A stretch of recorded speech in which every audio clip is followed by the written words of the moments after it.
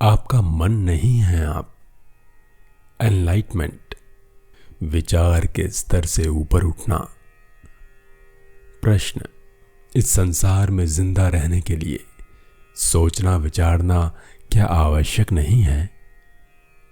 उत्तर, आपका मन तो एक उपकरण है, एक औजार है, एक साधन है। इसे कुछ विशेष कार्य करने के लिए बनाया गया है और जब वह कार्य संपन्न हो जाए तब इसे आप यथास्थान वापस रख दें। हकीकत तो यह है कि अधिकतर लोगों का 80 से 90% सोचना विचारना न केवल बार बार दोहराना और निरर्थक सोचना मात्र होता है, बल्कि गड़बड़ी वाला और अधिकतर नकारात्मक प्रकृति वाला होने के कारण अधिकांशतः वह हानिकारक भी होता है। अपने मन का अवलोकन करके तो देखिए और आप पाएंगे कि यह बात बिल्कुल सच है। इसके कारण आपकी जीवनी शक्ति का बहुत अधिक ह्रास होता रहता है। आप उसे व्यर्थ गंवाते रहते हैं। इस प्रकार के सोचने विचारने से अगर आप खुद को रोक नहीं पाते हैं तब यह सचमुच एक लत बन जाता है। लत की पहचान क्या होती है? सीधे सरल शब्दों में यह होती है, जब आपको यह भी महसूस ना हो कि इसे रोकने का विकल्प भी आपके पास है, तब समझिए कि वह बात लत बन चुकी है। लत आपसे भी अधिक बल वाली हो जाती है।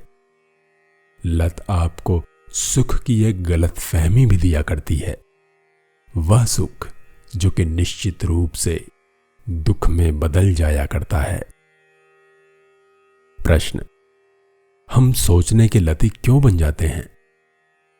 उत्तर, क्योंकि आप खुद को इसके साथ तादात्म्य कर लेते हैं, इसके साथ एकाकार व एक जान हो जाते हैं, जिसका मतलब है कि आप अपने स्व की, खुद के होने की अनुभूति अपने मन में भरी हुई चीजों से, उसकी बातों से प्राप्त करने लगते हैं, क्योंकि आपको लगता है कि अगर आपने सोचना बंद कर दिया तो जैसे आपका होना ही खत्म हो जाएगा।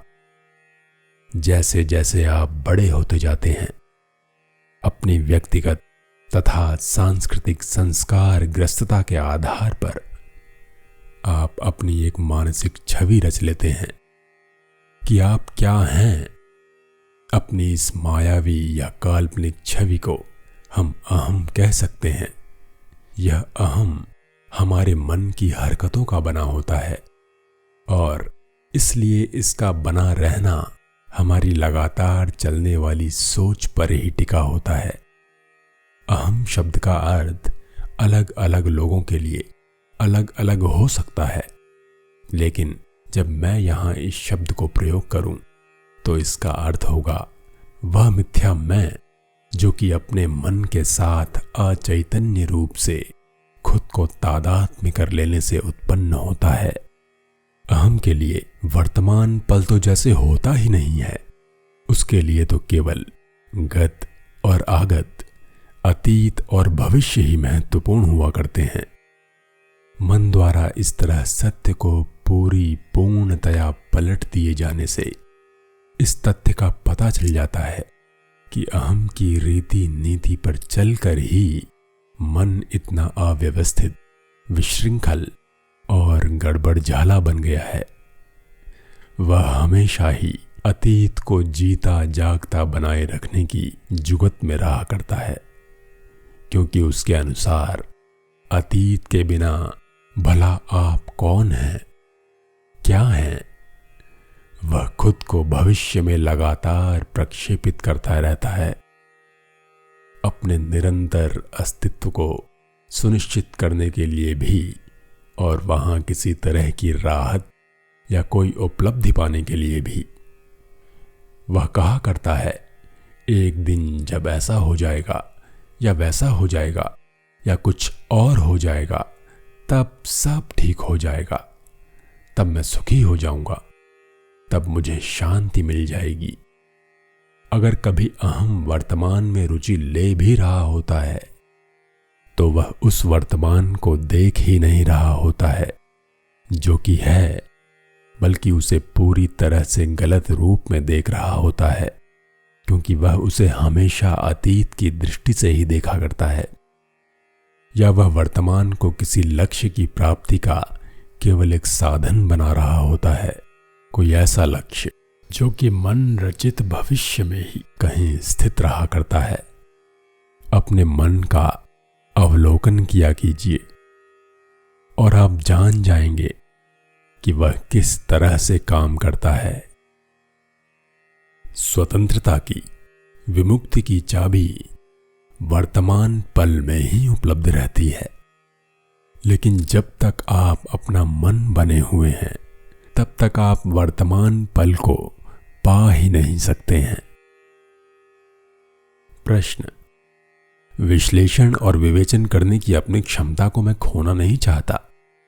अधिक स्पष्ट तरीके से सोचना, अधिक फोकस के साथ सोचना, यह सीखने में मुझे कोई आपत्ति नहीं है, लेकिन मैं अपने मन को खोना नहीं चाहता।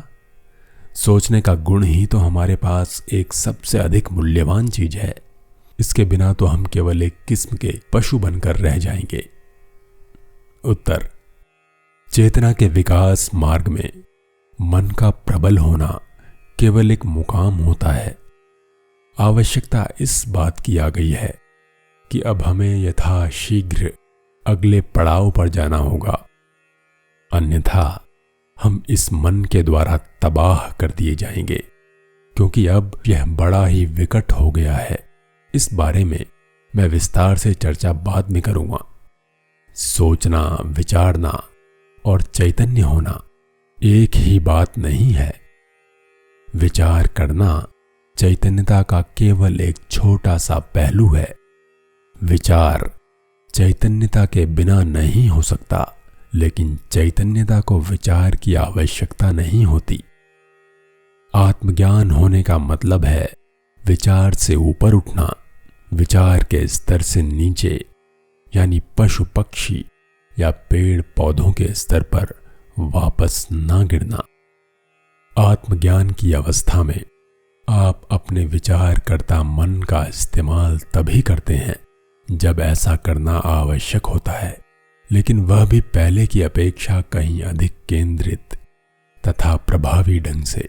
तब आप अपने मन का उपयोग केवल व्यावहारिक कामकाज के लिए करते हैं, किंतु इसकी खुद ब खुद और लगातार चलने वाली अंदरूनी बकबक से आप आजाद रहते हैं, और इससे आपको एक भीतरी नीरवता, निश्चलता व शांति मिलती है।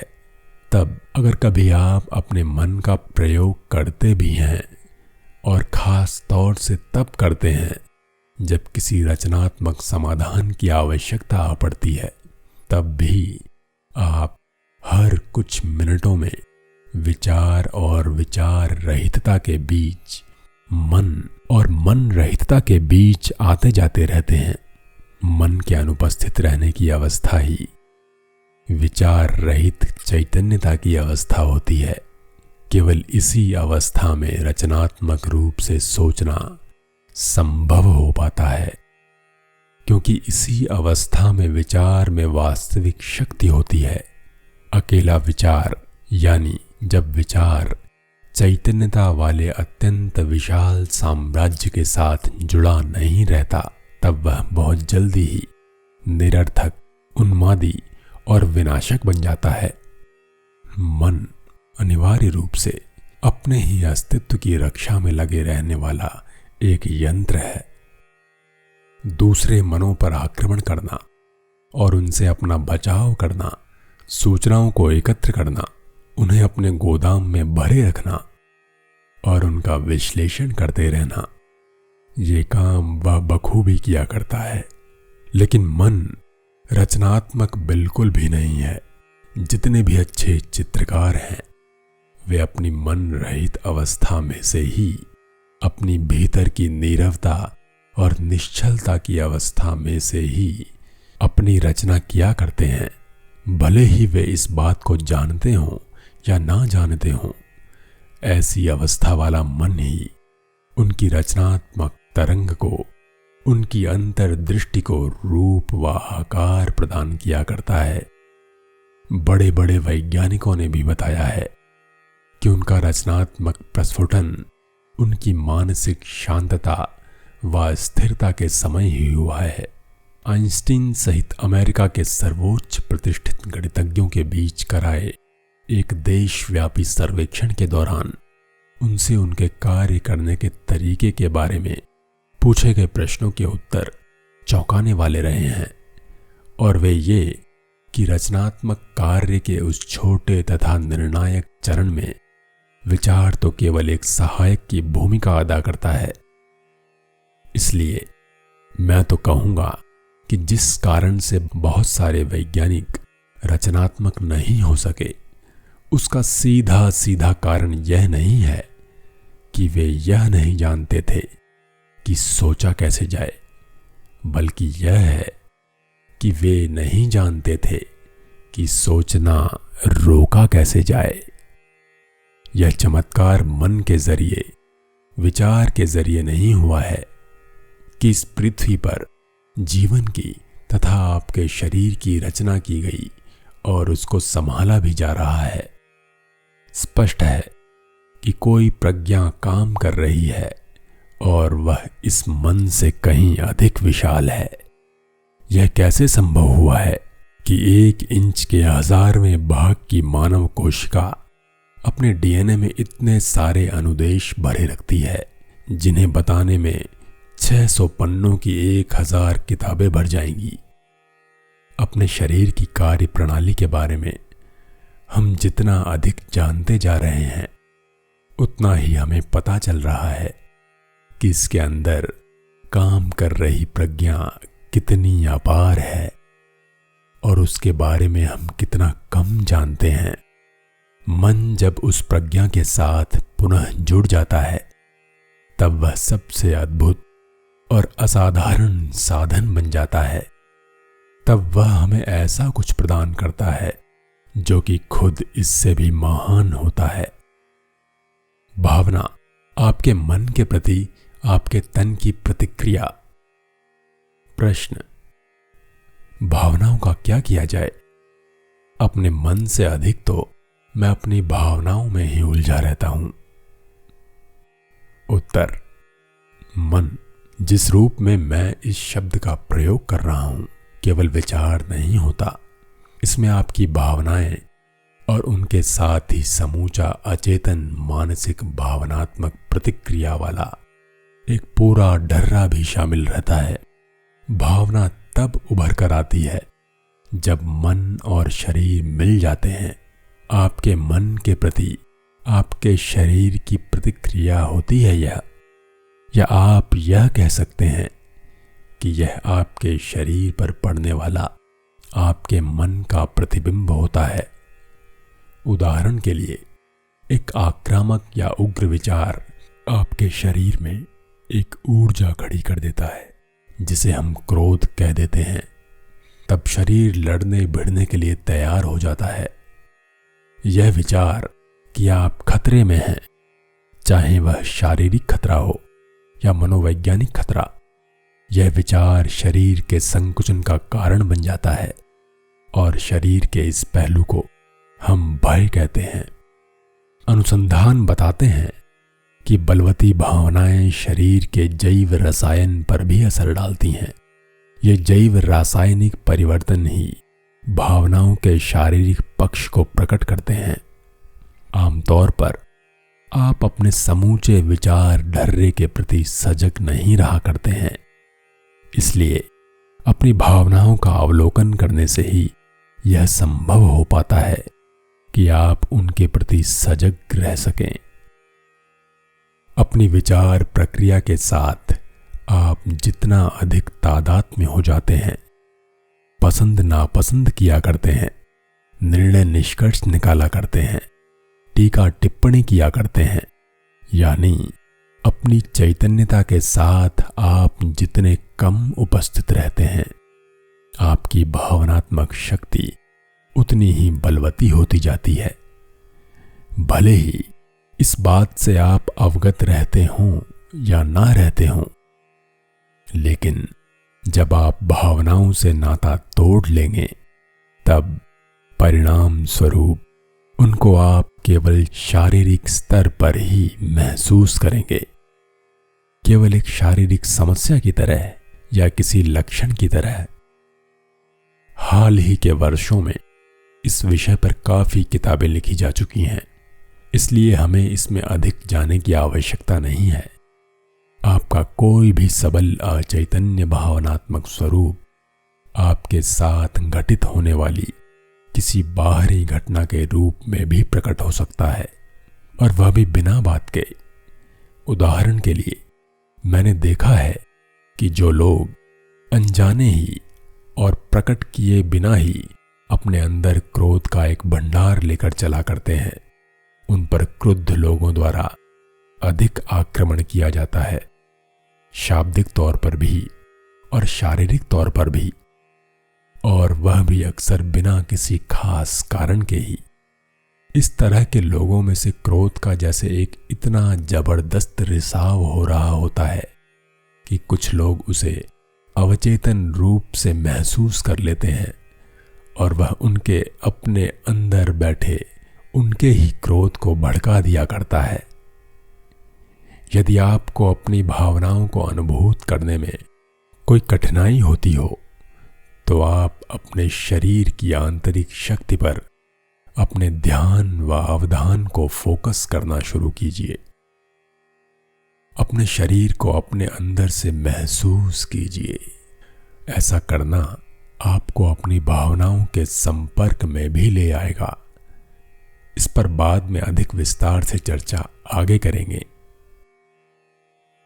प्रश्न: आपका कहना है कि शरीर पर पड़ने वाला मन का प्रतिबिंब ही भावना होती है, लेकिन कभी कभी तो इन दोनों में ही द्वंद्व हो जाता है, यानी मन कहता है नहीं, जबकि भावना कह रही होती है हाँ, या इसका उल्टा भी होता है। उत्तर: अगर आप अपने मन को वास्तव में जानना चाहते हैं तो आपका शरीर उसका एक सच्चा प्रतिबिंब दिखा देगा। इसलिए अपनी भावना को अपने शरीर में देखिए, बल्कि महसूस कीजिए। अगर इन दोनों में साफ तौर पर कोई द्वंद्व दिखाई दे तो विचार झूठ बोल रहा होगा और भावना सच बोल रही होगी। वह वाला परम सत्य नहीं कि आप कौन हैं, बल्कि आपके मन की अवस्था के बारे में तत्कालीन सत्य। सतही विचारों के और अचैतन्य मानसिक प्रक्रियाओं के बीच चलने वाला द्वंद्व एक सामान्य बात है। हो सकता है कि अपने अचैतन्य मन की गतिविधियों को विचार के रूप में पहचानने में अभी आप सक्षम ना हुए हों, लेकिन शरीर में एक भावना के रूप में तो यह हमेशा ही प्रतिबिंबित हुआ करता है, और उसके प्रति आप सजग व अवगत भी हो सकते हैं।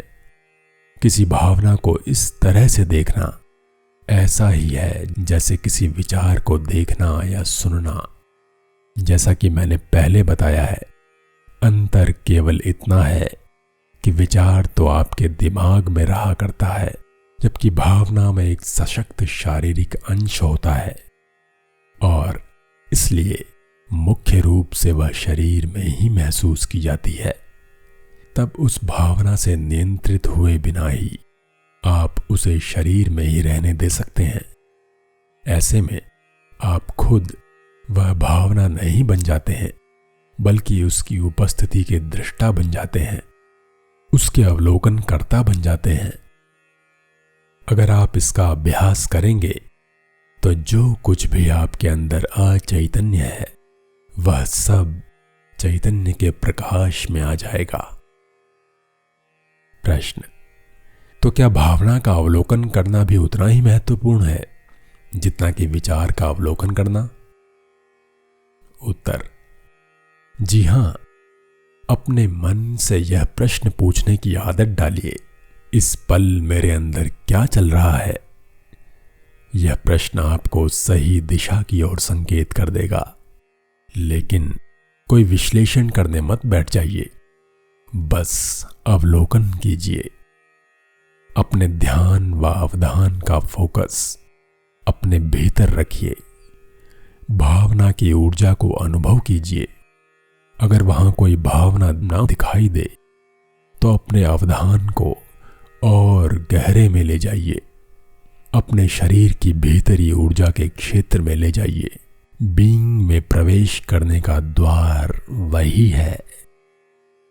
भावना कोई भी हो, वह विचार का ही एक विस्तीर्ण तथा ऊर्जित प्रकट रूप हुआ करती है और हावी होने वाले इसके प्रबल वेग के कारण शुरू में तो इसका अवलोकन करने के लिए आपका विद्यमान रह पाना भी आसान नहीं होता है। वह आप पर हावी हो जाना चाहती है और इसमें वह अक्सर कामयाब भी हो जाती है। जब तक कि आपकी विद्यमानता, आपकी प्रेजेंस भरपूर ना हो। प्रेजेंस के अभाव के कारण अगर आप भावना के साथ अचैतन्य तादात्म्यता में खिंचे चले जाते हैं, जैसा कि अक्सर होता भी है, तब वह भावना अस्थायी रूप से आप बन जाती है और तब अक्सर आपके विचार और भावना के बीच एक दुष्चक्र शुरू हो जाता है। वे दोनों एक दूसरे को खुराक देने लगते हैं। विचार तब भावना के रूप में अपना प्रतिरूप बनाते हुए खुद को बढ़ा चढ़ाकर प्रतिबिंबित करने लगता है और भावना का उफनता आवेग विचार प्रक्रिया को खुराक देने लगता है। भावना के उठने के कारण लगने वाली घटनाओं, स्थितियों या व्यक्तियों में ही मानसिक रूप से निमग्न रहते हुए विचार उस भावना को सबलता ही दे रहा होता है और बदले में वह भावना विचार प्रक्रिया को बल प्रदान करने में लगी रहती है और इसी प्रकार यह दुष्चक्र चलता रहता है। दरअसल जितनी भी भावनाएं हैं वे सब उस एक प्राचीन तथा अविभेदित भावना का ही विकृत रूप होती हैं। इसका जन्म उसके प्रति सजगता के खो जाने से हुआ है, जो कि नाम और रूप से परे आप हैं। इसके अभेद अभिन्न स्वरूप के कारण ऐसा कोई नाम ढूंढना बड़ा कठिन होता है जो कि इस भावना का विवरण वर्णन कर सके। भय शब्द इसके सबसे निकट आता है, लेकिन इसमें खतरे के एक निरंतर भाव के अलावा परित्याग और अपूर्णता के गहरे भाव भी शामिल रहते हैं। सबसे अच्छा यह रहेगा ऐसा शब्द प्रयोग किया जाए जो कि उतना ही आकार रहित हो जितनी कि वह आधारभूत भावना हो, और इसलिए उसे बस दुख कहा जाए। मन का मुख्य काम है उस भावनात्मक दुख को हटाना या मिटाना जो कि उसकी अविराम गतिविधियों का एक कारण रहा करता है, लेकिन वह केवल इतना कर सकता है कि वह उन्हें हाल फिलहाल के लिए बस ढांप दे। सच तो यह है कि मन उस दुख से पिंड छुटाने के लिए जितना अधिक संघर्ष करता है, दुख उतना ही अधिक बढ़ता चला जाता है। मन कभी भी कोई समाधान हासिल नहीं कर सकता और ना ही वह आपको कोई समाधान हासिल करने देता है, क्योंकि वह तो खुद ही समस्या का एक अंतरंग भाग होता है। तनिक एक ऐसे पुलिस अधिकारी की कल्पना कीजिए जो कि किसी घर में आग लगाने वाले अपराधी की तलाश कर रहा हो, जबकि अपराधी वह पुलिस अधिकारी ही है। आप तब तक उस दुख से मुक्त नहीं हो सकते जब तक कि आप मन के साथ अपनी तादात्म्यता में से अपने अहम भाव को, मैं को ग्रहण करना बंद नहीं कर देते। तभी मन अपने ठिकाने से लुढ़क कर गिर सकता है और तभी आपके सच्चे स्वभाव के रूप में बीइंग प्रकट हो सकता है। हां, मुझे पता है कि आप क्या पूछने वाले हैं। प्रश्न मैं पूछना चाहता हूं, सकारात्मक भावनाओं के बारे में आप क्या कहेंगे, जैसे कि प्रेम, आनंद? उत्तर: वे भावनाएं बीइंग के साथ रहने वाली भीतरी जुड़ाव की आपकी स्वाभाविक अवस्था से अलग नहीं रहती हैं। विचारों के धारा प्रवाह में जब भी कोई अंतराल बनता है, तब प्रेम की झलकियां या गहन शांति के छोटे छोटे अवसर घटित हुआ करते हैं। अधिकांश लोगों के लिए तो ऐसे अवसर कभी कभार इत्तेफाक से ही आते हैं, और ऐसे पलों में ही आते हैं कि जब मन मौन हो गया हो। कभी महान सौंदर्य के द्वारा, कभी बहुत तेज व तनाव भरी शारीरिक गतिविधि के द्वारा, और कभी किसी बड़े खतरे में भी। तब अचानक ही भीतर एक ठहराव, निश्चलता और नीरवता हो जाती है, और उस ठहराव, निश्चलता तथा नीरवता में ही अनुभूत होता है एक सूक्ष्म किंतु सघन आनंद, प्रेम और शांति। आमतौर पर ऐसे अवसर बहुत कम अवधि के होते हैं, क्योंकि मन जल्दी ही अपनी शोर मचाऊ हरकतों में लौट आता है, जिसे हम सोचना कहते हैं। प्रेम, आनंद व शांति तब तक फल फूल नहीं सकते जब तक कि आप मन के हावीपन से खुद को मुक्त नहीं कर लेते, उसमें से बाहर नहीं निकाल लेते। किंतु ये सब वे नहीं हैं जिन्हें मैं भावनाएं कहता हूं। वे इन भावनाओं से परे रहती हैं, कहीं अधिक गहरे तल पर। इसलिए आपको अपनी भावनाओं के प्रति पूरी तरह सजग होना होगा, उन्हें महसूस करने योग्य होना होगा, ताकि जो कुछ उनसे परे है उसे महसूस करने से पहले आप इन सब को महसूस कर सकें। प्रेम, आनंद और शांति बीइंग में होने की गहन अवस्थाएं हैं, या बीइंग के साथ आंतरिक जुड़ाव की अवस्था के ये 3 आयाम हैं। इन अवस्थाओं की कोई विपरीत विलोम अवस्था नहीं होती, और ऐसा इसलिए क्योंकि इनका उद्गम मन के अंदर नहीं बल्कि उसके परे से होता है। इसके उलट भावनाएं द्वैतवादी मन का भाग होती हैं, और इसलिए वे विपरीत विलोम के सिद्धांत के अंतर्गत चलती हैं। इसका सीधा सा अर्थ यह है कि भावनाओं के मामले में अच्छी के साथ साथ बुरी भावना भी चली ही आएगी। इस तरह आत्मज्ञान न होने की अवस्था में तथा मन के साथ तादात्म्य कर लेने की अवस्था में गलती से जिसे अक्सर आनंद कह दिया जाता है, वह तो आम तौर पर दुख सुख के बारी बारी से चलने वाले निरंतर चक्र में पल दो पल के सुख का एक पहलू मात्र हुआ करता है। सुख हमेशा ही किसी बाहरी चीज से प्राप्त किया जाता है, जबकि आनंद आपके भीतर से ही प्रस्फुटित हुआ करता है। इसलिए जो चीज आपको आज सुखद लग रही है, कल वही चीज आपके लिए दुखद हो सकती है या आपसे दूर जा सकती है, और फिर उसका अभाव आपको दुख देने लग सकता है।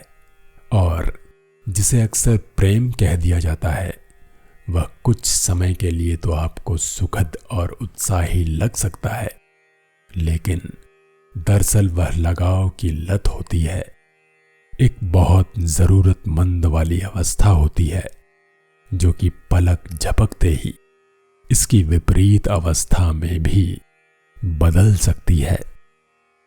बहुत से प्रेम संबंध सुख का शुरुआती वेग व उन्माद उतर जाने के बाद प्रेम व नफरत के और आकर्षण व आक्रमण के बीच झूलने लगते हैं। सच्चा प्रेम आपको कभी भी कष्ट नहीं देगा, दे भी कैसे सकता है। वह अचानक ही नफरत में नहीं बदल जाता, और ना ही वास्तविक आनंद कभी दुख में परिवर्तित होता है।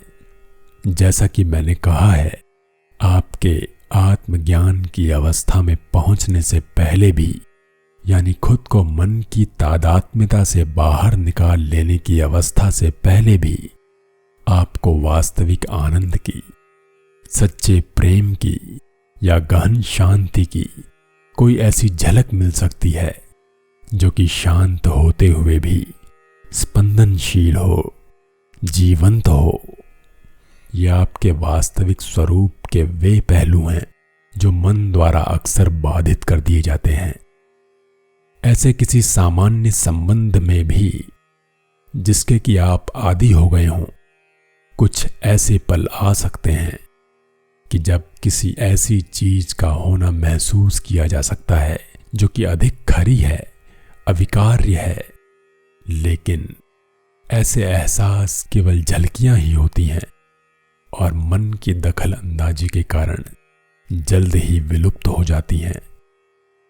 तब आपको ऐसा लग सकता है कि आपको एक बेशकीमती चीज मिली थी, लेकिन वह खो गई, या आपका मन यह कहकर आपको बहका सकता है कि वह तो कोई भ्रम था और कुछ नहीं।